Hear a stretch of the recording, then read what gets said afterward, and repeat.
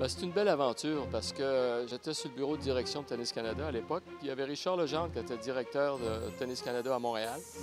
Et on apprend par la WTA lors de la réunion comme quoi il y a un tournoi qui serait disponible et que Tennis Canada voudrait acheter un tiers 3. À l'époque, ça s'appelait comme ça. Il y avait des 1, des 2, des 3, des 4, des 5. Un tiers 3 disponible, tournoi féminin.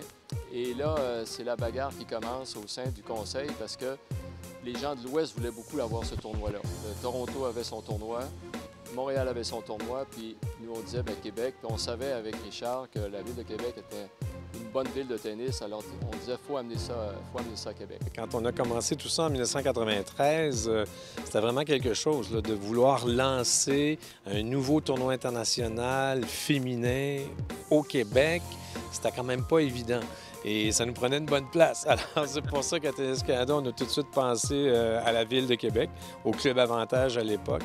Parce que Québec a toujours eu une tradition d'organisation de tournois de tennis de niveau international. On a toujours cru que Québec était un bon marché pour le tennis.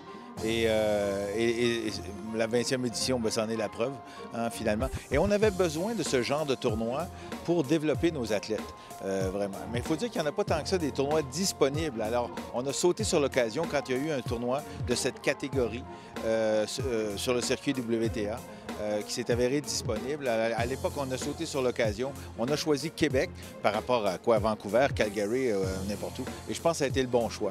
Un tournoi de cette envergure-là, international, dans un club intérieur, dans un club privé où il y a des membres, c'est pas... ça dérange, là. Ça dérange un club. Alors, heureusement qu'il y a eu la volonté aussi de Serge Jacques, entre autres, puis des propriétaires du club à l'époque, de dire, OK, c'est important pour nous, ça ajoute à ce qu'on offre dans notre club à nos membres, mais en même temps aussi, ça vient déranger un petit peu le membership.